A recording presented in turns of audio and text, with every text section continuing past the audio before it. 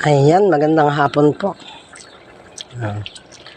Sa aking mga kamading, nagluluto po ako ng ginataang papaya.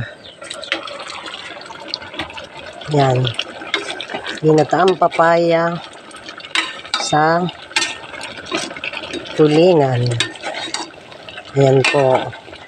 Ito po ang ulam naming mag-asawa ngayong hapon ito. Yan.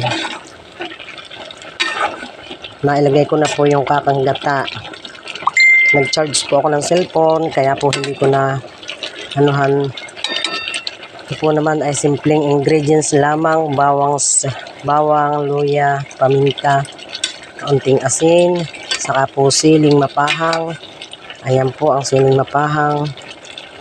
Ayan. Yung siling green na haba. At saka po tulingan. Ayan.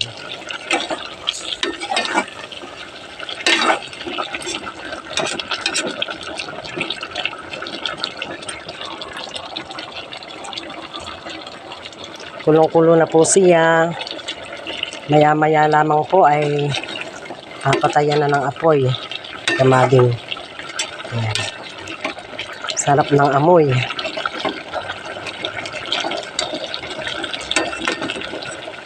Ayan po.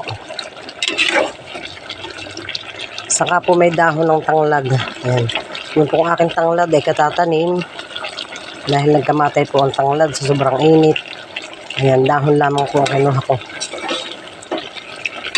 Masarap na po ang amoy.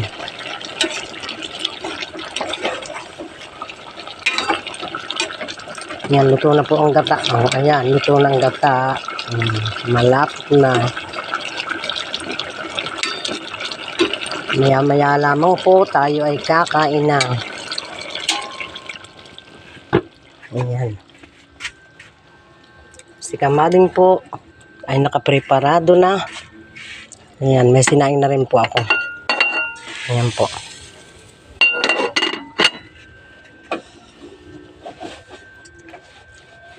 Bukas na sa isan ang silin. At hindi po nawawalan talaga ng magpilantikan ang mga pagpiprito at mga pagluluto. Ito po yung aking munting kusinaan. Ayan po. Sa munting kusinaan.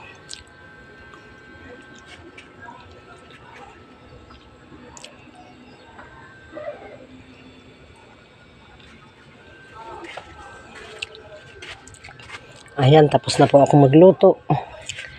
Kaya ako po naman ay maliligo na. Ayan. Kahit po anong gawin tuwing maga, magwalis ng harapan, ay palagi pong may sukal. Sukal ng mga bulaklak. Ayan. Ayan po ang bulaklak ng aking mga halaman. Ayan po. Puro bulaklak, madalang ang dahon. Ayan. Humahabol yung aking Doña Aurorang pula. Ayan po. Maglilipat ako at para po siya nadadaig nitong puti. Ayan po ang bulaklak ng Doña Aurorang pula. Ayan po. Ayan po. Humahabol po siya na siguro nagaganyak siya sa Doña Aurorang puti, kaya siya po ay sumibol pa rin doon yung pula. Maliit na po ang puno nito, kaya maglilipat si kamading.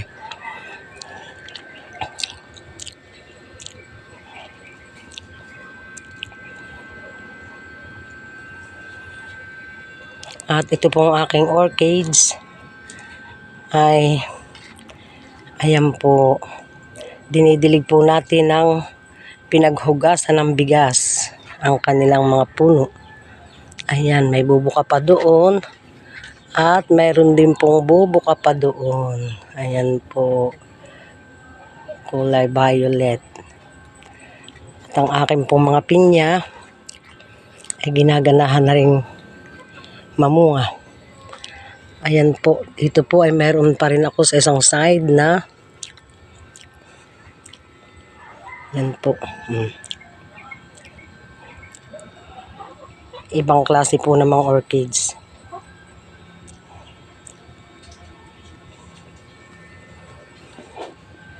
Sisilip po tayong saglit sa pinyahan. Mula po dito. Sa gilid, ang akin pong mga iba't ibang klase ng gabi ay medyo bago pa lang nabuswang. At sila po ay sa panahon taglamig ay hindi po pala maganda. Ayun po. Bagong bunga po ng pinya. Dito rin ko po ipinalibot sa aking puno ng niyog na giniba. Ayan po.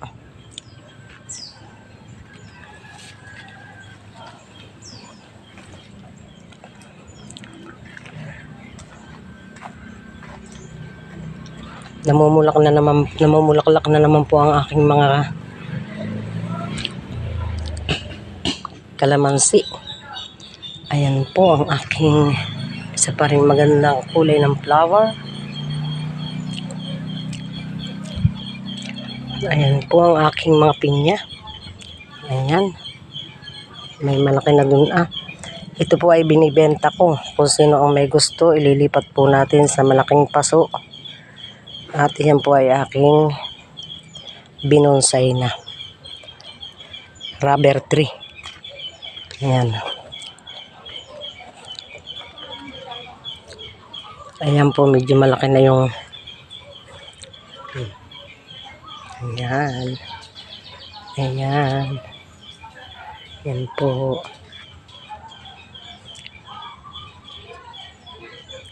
Parang hindi makita yung isang ayun. Yan, sikip na po sila. At ako po ay nagwalis kahapon hanggang doon sa aming pag-itan ng aking kuya. Ay marami pa po akong hindi pa naiayos ng mga halaman. Dito po ako sa likuran. Ayan po, yung aking malaking pastak. Linisin ang puno. Ayan. Ito po ang aking mga hardin sa likuran. Ayan po. Dadako pa po tayo doon sa pinakasulok na. Dito ko na po lang inilagay yung aking mga variegated. Ayan, may tanim na salay. Tinanim ko po sa paso para hindi kahigi ng manok. Ayan po, namumulaklak na. Maganda po ang bulaklak niya. Parang may sahod na. Ayan po. Maganda po ang kanyang bulaklak, parang mais ang nasa gitna. Ayan po. Ito po ang aking salay. Pararamihin ko po at aking ililipat.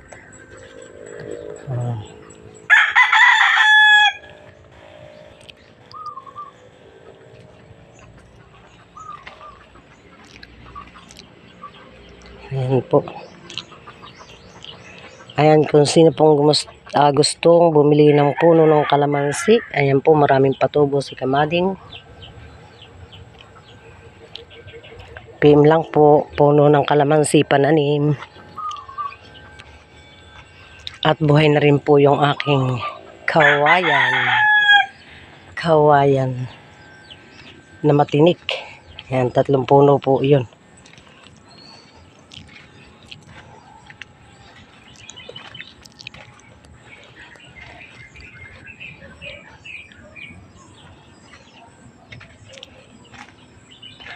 Ito po yung tagiliran.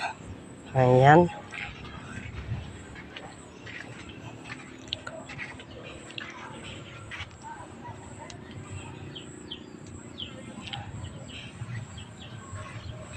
Iba't ibang klase po ng San Francisco. May puno po ako dito na rambutan.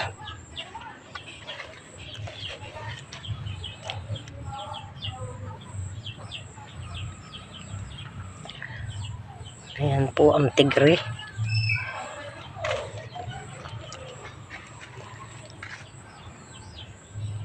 Ayan, malaki na rin po yung aking isang puno ng rambutan. Ayan po. Yan po ang palibot ng bahay ni Kamading. Dito po naman ay may bagong pinatutubo akong mga rose. May santan. At hanggang doon pa po ang halamanan ni Kamading.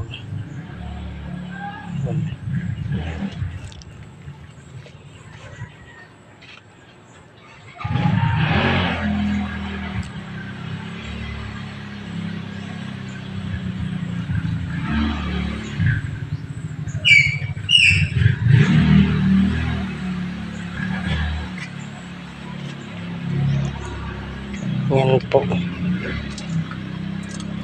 Ayan po, may mga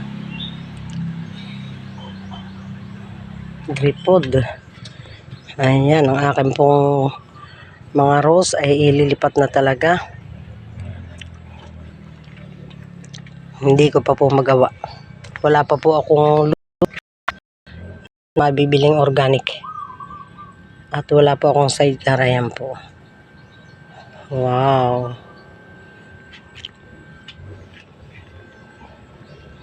Marami pala akong gupitin na natuyo na. At yan po naman ang aking isang tripod. Isinipin ko po ang oregano. Yan. Mayroon din po akong dwarf na kalamansi. Nakasilip ako ng isang bunga. Ayan po. At ayan po naman ang aking sibuyas na gamot. Ayan. Ayan din po yung aking rose na kalilipat na mulaklak na. Muli hanggang dito na lamang po ang bibidyo ni Kamading. Ayan po yung aking pagpasok mo po ng aming bahay kubo. Ay ito po yung aking ikmuhan. Ikmo. Ayan. Meron din, hindi ko alam kung anong pangalan nito. Ayan po yung hardin ko na hindi ko pa naiintindi. Ayan. At ayun po naman ang aking papuntang karasada.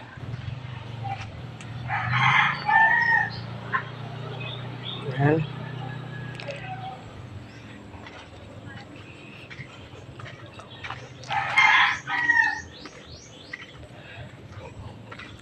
Ayun po yung aming bahay na hindi na matapos-tapos at kulang sa pinansyal. Ayan po.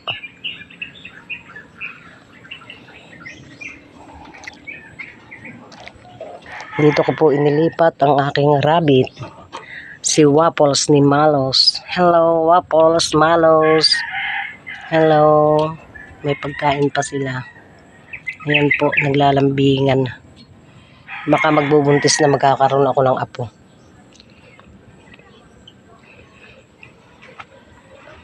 Yan po ang hawanin ni Kamading hanggang doon sa may tabing karasada. Ayun po, yung mabuti nga po at nagamasa na rito ng aking irog. Ayan po. Yun po yung karasada papuntang Boulevard Beach. Muli maraming salamat po sa pakikiisa at pagsuporta kay Kamading. Ingat po tayo palagi. I love you all.